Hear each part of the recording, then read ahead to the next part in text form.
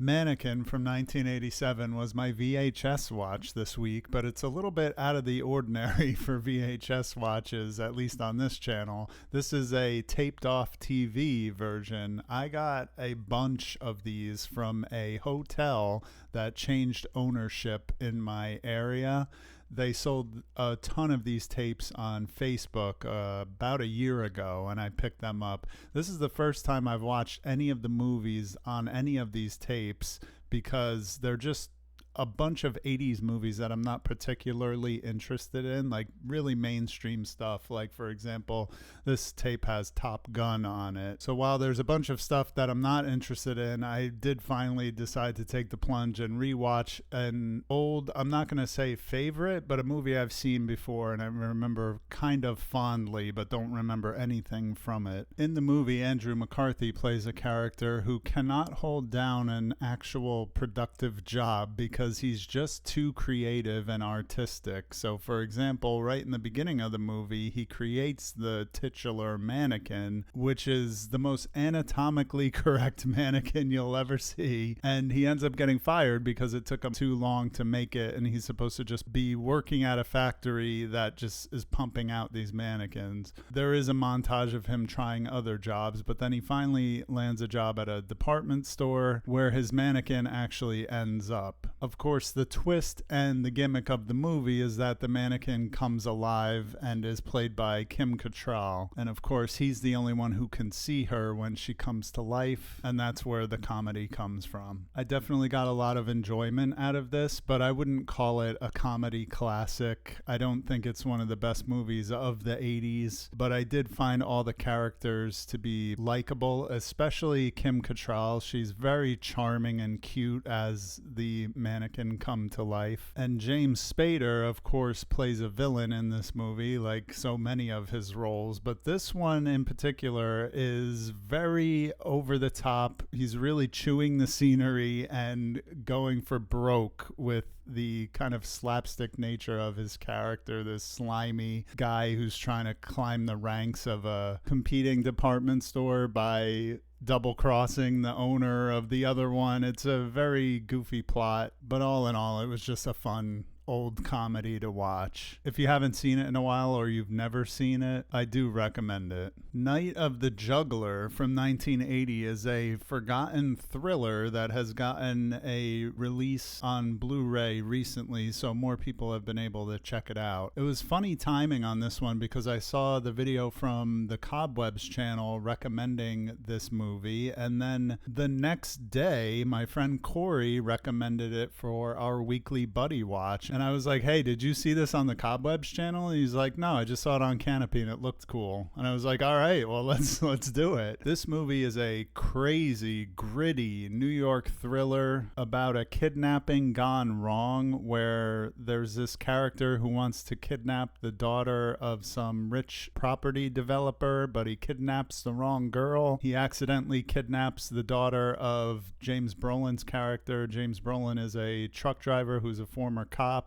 And the whole movie is this chase of James Brolin trying to get his daughter back from the kidnapper. This movie is just out and out chaos from start to finish. I've talked about in the past how I like gritty New York movies that were shot back in the time when New York was a real shithole. And that's actually one of the themes of the movie. And there's actually a scene with two characters arguing over whether or not they should be living in such a dangerous place. I'm not sure what else I want to say about this movie except for to give it my high recommendation and just say to go see it. It was kind of a lost movie for a long time, but it is now readily available on Blu-ray, and I saw it on Canopy streaming. So I highly recommend you go and check out this lost gem. Scream for Help from 1984 is another movie that was kind of a lost gem for a while until Scream Factory put it out on Blu-ray. This is a very odd movie about a teenage teenage girl named Christy who thinks that her stepfather is trying to kill her mother. And what makes this movie interesting is that's one of the opening lines of the movie, and this was viewed at the time and still by some people as a really bad setup for a movie, which is something that I don't really understand. This whole movie and the reception of it is very strange to me because I didn't read too much about it. I just picked it up blindly because it was a Scream Factory Blu-ray, and when their stuff started to get cheap recently, I picked up many of their movies. So when I watched it, I could see the cracks, but I thought it was a really good movie and well acted. But reading reviews and listening to the commentary on the Blu-ray, people at the time and even now didn't understand whether this was supposed to be a parody or not. So it's a very strange movie to try and review when I viewed it as a completely sincere horror thriller. I also thought it was really funny that on the Blu-ray, one of the features is a short interview with the writer of the movie who absolutely hated the movie and what the director did with his script. So this is advertised as a so bad it's good movie, but I just enjoyed it and thought it was a good movie. I thought our main character was very much in the vein of Nancy Drew, and I'm not the first person to notice that, but I'm a huge fan of the 1930s Nancy Drew movies starring Bonita Granville, and this movie really reminded me of those with how brash our main character is trying to solve the mystery of what her stepfather is actually up to. And she resorts to breaking and entering and stealing her mother's car and all kinds of wacky stuff, which makes the plot interesting and always had me wanting to see what would happen next. The score by John Paul Jones of Led Zeppelin makes the movie feel a little bit older than it is, but it doesn't detract from the movie. I think it's appropriate. It just reminded me of something like The Collector, where the score of the movie makes it feel more like a TV show and not a horror movie. So yeah, Scream for help, and the critical response to it has me kind of scratching my head, but I really liked it, and I do recommend it if you like schlocky exploitation movies, something like The Candy Snatchers.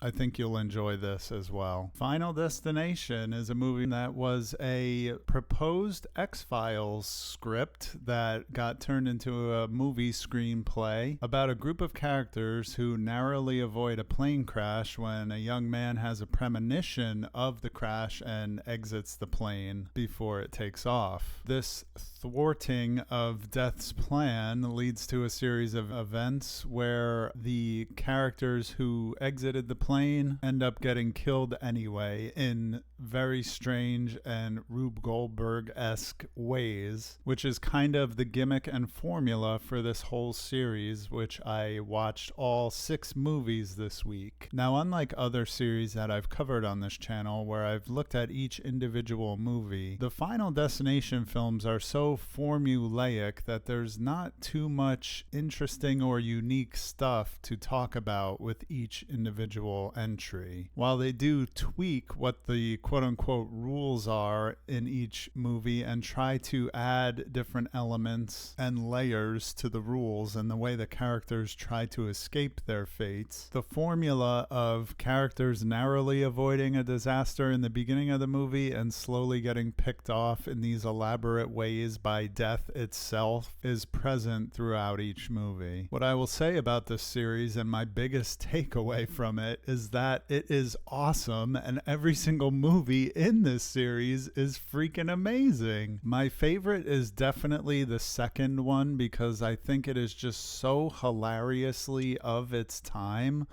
I'm thinking sucking my junk, biatch. But also just funny in general, and all the kills and gore effects and everything are really well done, and I believe it has the best opening. The logs coming off the logging truck is probably the thing that most people think of when they think of a Final Destination scene. I really liked 3 with Mary Elizabeth Winstead.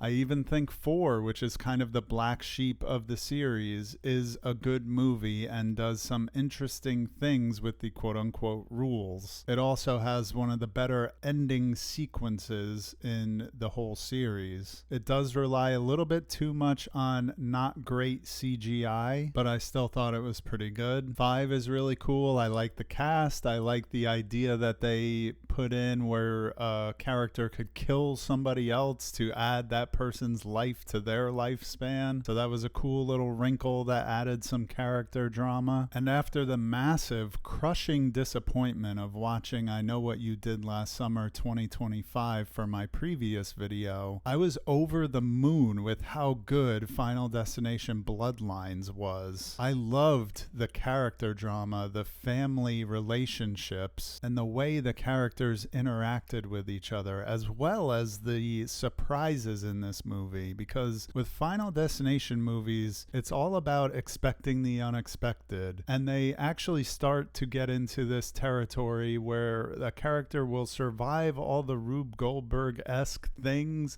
only to be instantly taken out by some kind of unseen thing. And I appreciate how the later movies, while there was some of that, they didn't rely on it too much. So out of all the series I've watched recently for this show, like the whole Scream franchise or the whole Nightmare on Elm Street franchise, I would rank the Final Destination franchise just as highly as all of those that I loved. It's a very simple premise. Nobody can escape death. But there's a reason that these films are so ingrained in our culture that when we see something that's precarious or dangerous looking, we say, that's some Final Destination shit. These movies absolutely rule, and if somehow you haven't seen any of them, I recommend the entire series from start to finish. And that'll do it for this one. I appreciate you staying till the end. If you like these short reviews I do, I have a whole playlist of them on my channel. I do this every week. Thanks again for watching, and I'll see you on the next one.